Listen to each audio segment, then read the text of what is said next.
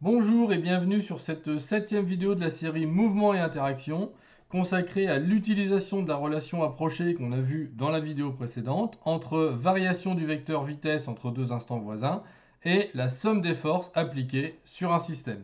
Alors il existe deux façons d'utiliser cette relation approchée. La première, elle consiste à déduire une estimation de la variation du vecteur vitesse entre deux instants voisins si on connaît la somme des forces appliquées sur ce système. Et la deuxième, à l'inverse, à déduire une estimation de la somme des forces appliquées au système si on connaît la variation du vecteur vitesse ou si on peut la déterminer.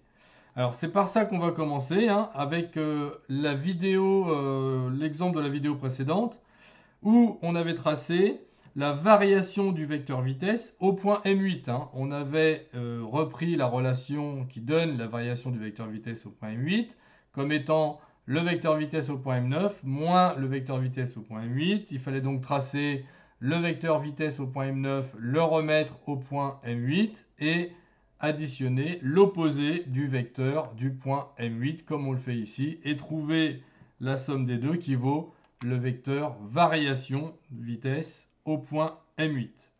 En mesurant la longueur de ce vecteur et en tenant compte de l'échelle utilisée pour tracer les vecteurs vitesse V2M8 et V2M9, on peut obtenir la valeur et donc tracer le vecteur qui correspond à m fois delta V au point M8 sur delta T.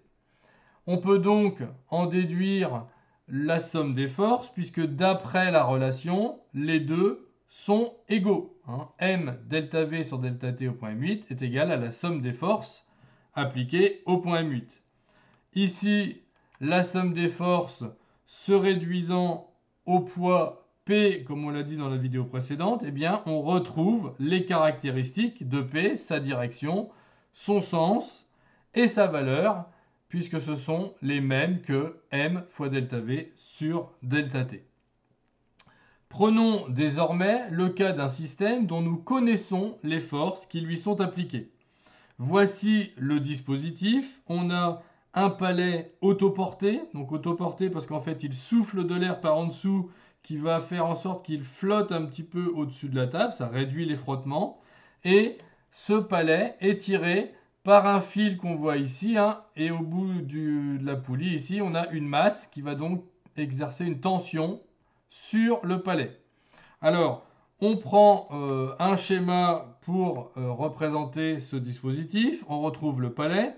Donc, il est soumis à son poids. Donc, il est sur la table. Il est soumis à son poids.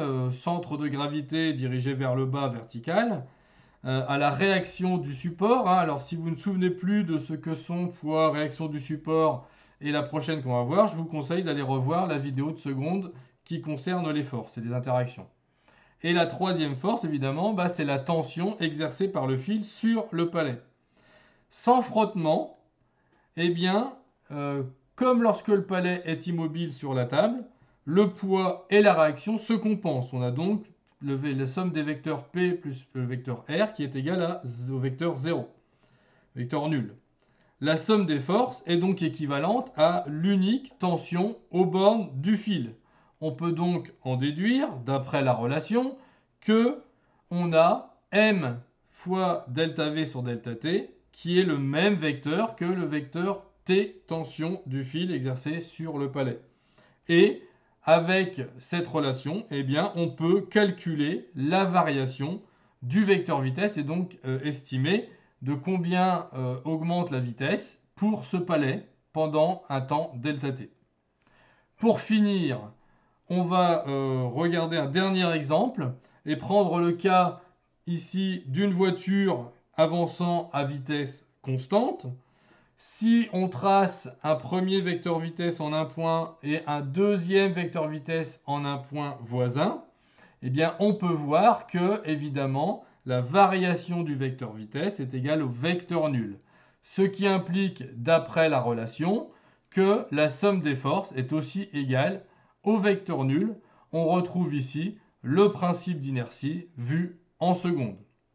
Alors pour finir, remarquons qu'on peut écrire la relation sous une autre forme, comme celle-ci, qui nous montre que pour une même force appliquée sur un système, eh bien, la variation de vitesse va être d'autant plus petite que la masse du système est importante. Si on part de zéro, eh bien, on peut dire qu'il est plus difficile de faire bouger un objet plus lourd. C'est plus difficile de faire bouger un camion qu'une voiture ou une voiture qu'un vélo. Voilà, c'est tout pour cette vidéo. Je vous remercie. À bientôt. Au revoir.